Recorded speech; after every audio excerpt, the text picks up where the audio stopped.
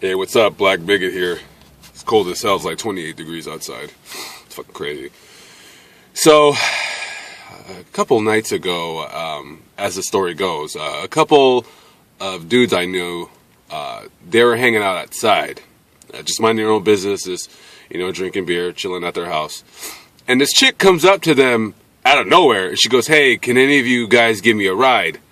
I really need a ride to a city." It was about pretty far, about 80 to 100 miles away from where they were. And they were like looking at each other, and then they looked at her, and then they looked at each other, and then they looked at her, and they're like, "Yeah, sorry, we can't give you a ride." And she goes, "Okay," so, she goes, "I'm having family problems, and that's why I needed the ride, but thank you anyways." So she goes away. So the story was relayed to me, and the guy that told me the story, he goes, "Yeah, man, I couldn't give her a ride. She looked too young." I mean, what do you mean too young? Like, too young to give a ride to where, her family is because she's having problems? I mean, I never heard of someone being too young to get a ride somewhere. So, who knows? I mean, too young, right? She was too young for him to give her a ride. Why? She was too young for you to get a blowjob all the way over there? Perhaps pull over to the side of the road and try to fuck her? That's funny. That's how a lot of men think. That's how a lot of men think. We think with our dicks, not with our brains. We think with the other head.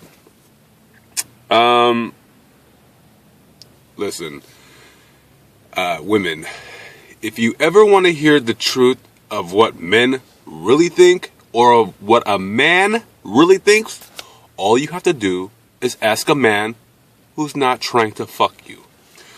Now, I know this is going to be very difficult to try to find a man who's not trying to fuck you. They're few and far between, because it just seems nowadays that every man is trying to fuck every woman, regardless of his marital status. Regardless of his single status, his taken status. Every man